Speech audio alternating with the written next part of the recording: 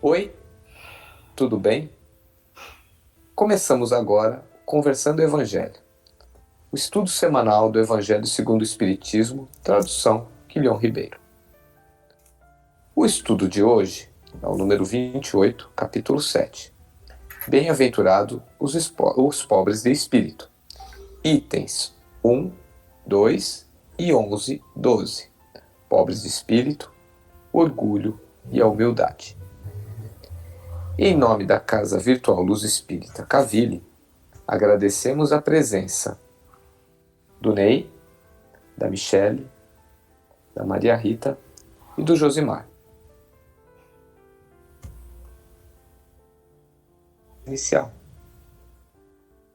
Pai Celestial, Mãe Divina, nós estamos aqui reunidos em Teu Santo Nome para que possamos realizar mais uma noite de estudo do Teu Santo Evangelho. Pedimos a assistência dos Espíritos protetores, dos nossos anjos de guarda, para que eles nos orientem, nos guiem nas reflexões desta noite, para que possamos fazer um estudo em que cada um de nós possa receber a devida orientação. Assim seja. Que assim seja. Então, Ney, o que você pode nos dizer? Quem são os pobres de espírito que o texto faz referência? Realmente Jesus foi muito feliz, né? Quando falou bem-aventurados pobres de espírito. Os pobres de espírito, na acepção em que Jesus empregou essas palavras, deve-se entender aquele que, aspirando à perfeição e comparando com o ideal a ser atingido, o pequenino grau de adiantamento a que chegaram, reconhece quanto ainda somos carentes de espiritualidade. Quanto ainda precisamos melhorarmos.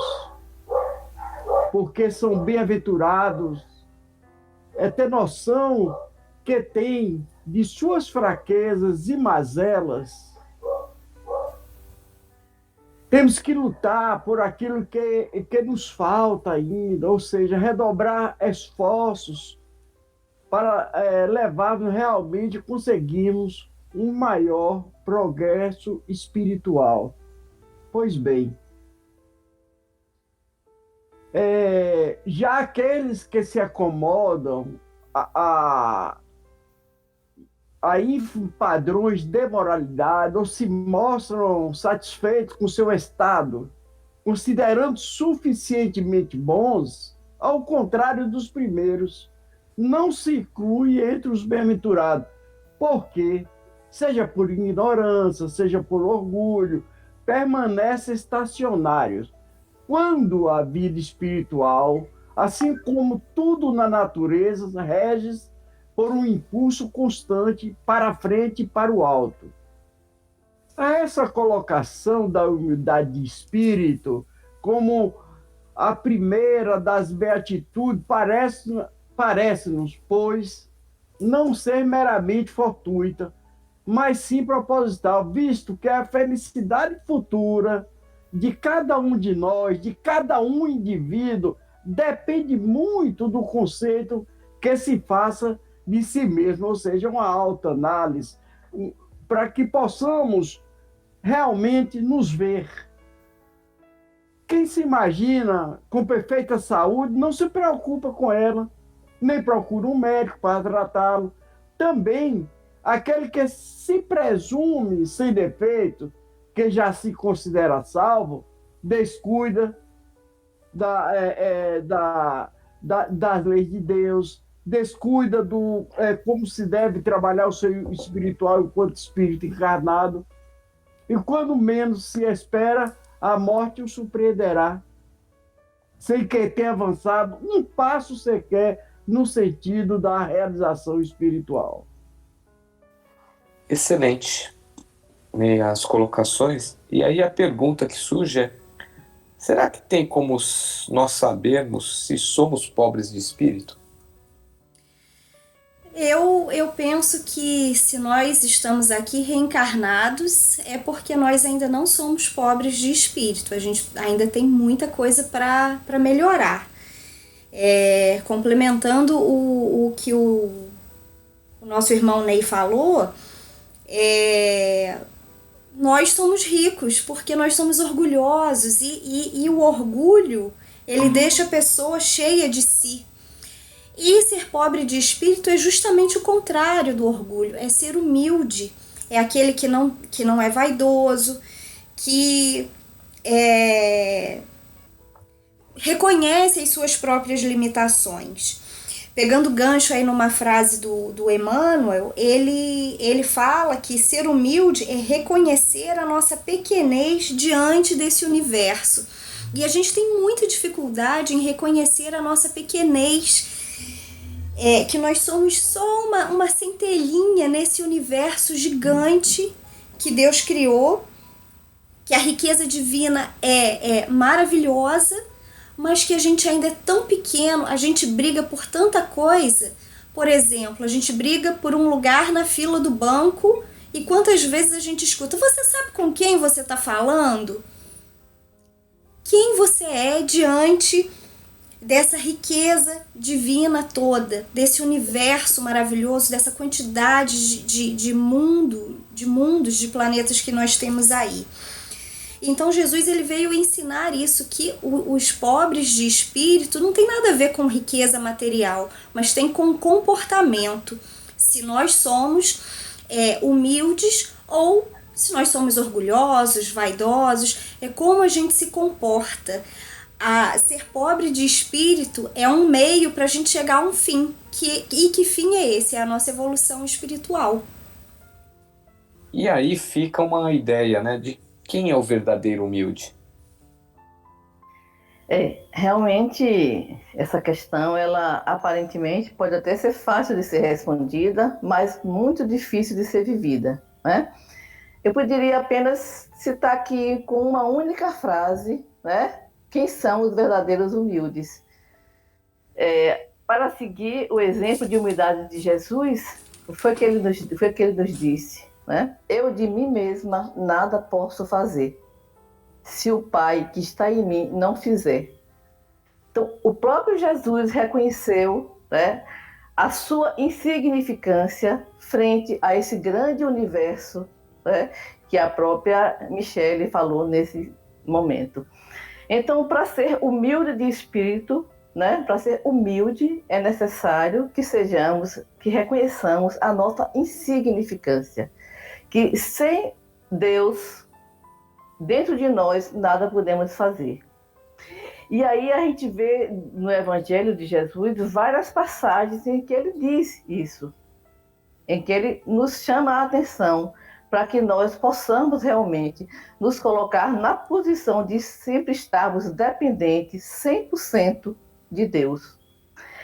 Inclusive, tem também algumas passagens, eu gosto muito de ler o Bhagavad Gita, e o Bhagavad Gita nos chama essa mesma atenção, quando nos diz que também nós nada podemos fazer de nós mesmos.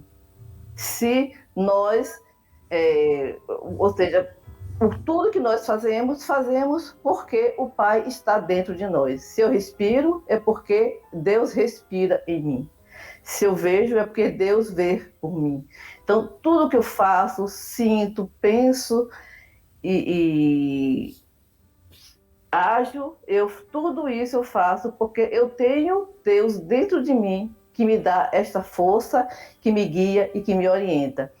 Agora, nós somos tão orgulhosos que a gente esquece disso e começa a pensar que nós somos autores de nossas obras. É uma grande ilusão. Nós não somos autores de obra nenhuma. Toda e qualquer obra que façamos, seja ela grandiosa ou não, à vista das pessoas, elas são simplesmente realizadas porque nós temos um Deus poderoso dentro de nós e que age por nós e que faz com que essas obras se realizem.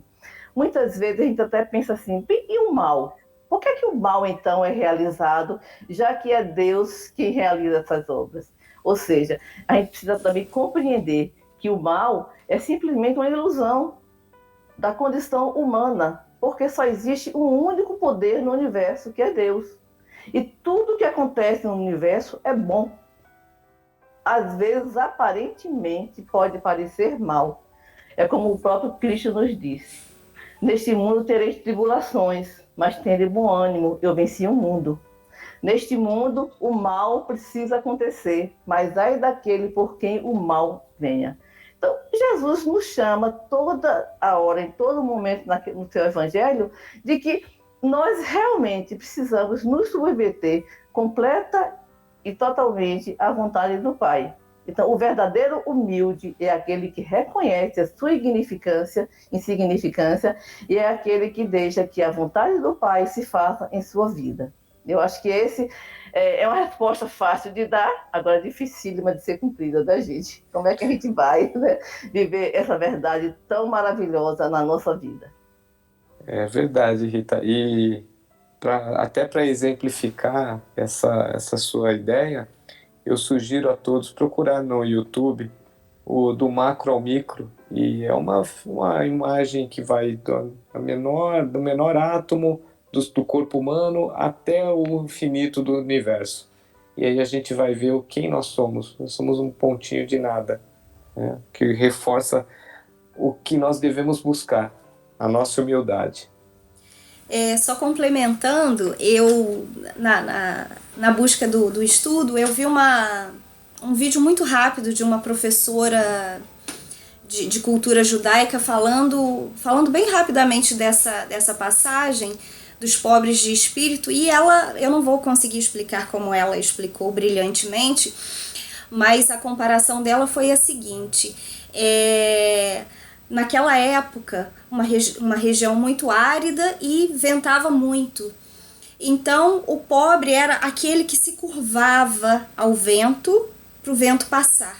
Porque se você fica em pé, se você briga com o vento, você não vai conseguir, você vai perder essa luta. Então, a gente tem que ser humilde, a gente tem que se abaixar, deixar o vento passar, para a gente conseguir evoluir, né? Seguir adiante. Eu achei isso tão bonito, porque é o evangelho na nossa vida, né? A gente tem que realmente se abaixar, se curvar, entender as nossas limitações para poder seguir adiante. Perfeito, muito bom. E aí, Josimar, fica a pergunta, né? Orgulho. Pois é, gente. Então, eu estou lembrando aqui a fala da Rita, né? Da questão do mal, né? Do bem, do mal. Só lembrando a gente, né, que a existência do mal realmente é uma ilusão nossa. É uma demonstração da nossa falta de maturidade. Por isso nós entendemos o que é bem como sendo uma coisa ruim, porque nós não temos maturidade para compreender aquilo ainda. E com relação ao orgulho, né, o combate do orgulho é o desenvolvimento da humildade, né? Eu encontrei aqui alguns exercícios bem interessantes para a prática, né, para você começar a desenvolver uma mentalidade mais humilde, né? É como não pensar que você é bom para o que faz, né? Aceitar que você não é o melhor em tudo, saber que a humildade não é igual a falsa modéstia, né? Humilde que faz questão de mostrar, poxa, olha como eu sou humilde, né? Reconheça suas falhas, evite se gabar, seja grato pelo que tem e pelo que não tem. Pare de falar, ou fale menos e escute mais, né? Dê crédito às outras pessoas. Admita quando estiver errado. dê preferência às outras pessoas, peça conselhos, mostre admiração pelos outros, elogie aos outros quando eles merecerem esse elogio, né? Peça desculpas sem se justificar. Essa aqui é fatal, né? A gente, infelizmente, tem esse triste hábito. A gente reconhece, mas a gente tem aquele desejo de justificar por que, poxa, vamos ser humildes e entender que eu estava errado realmente. Né? São alguns dos exercícios que nós podemos colocar no dia a dia. E tem alguns outros, mais uns 3 aqui. Ó. Faça trabalhos voluntários, não se compare com os outros. Se você quer se compare com você mesmo, né? Como foi seu dia anterior e trabalhe por uma conduta melhor diariamente. Esteja sempre disposto a aprender. Pratique bondade anônima. Essa aqui é ótima, né? No próprio Evangelho, em alguns livros espíritas nos dizem isso, né? Porque é no anonimato que a verdadeira humildade se manifesta. Né? Eu acho que, por enquanto, já dá para a gente começar a trabalhar, né? Ô, Josimar, já tem uma lição de casa monstruosa para todos nós aqui, né? Com certeza. Muito bom. Excelente, gente. Ó, obrigado pela colaboração de todos no estudo da noite. E pedimos para o nosso amigo Ney para fazer a prece de encerramento.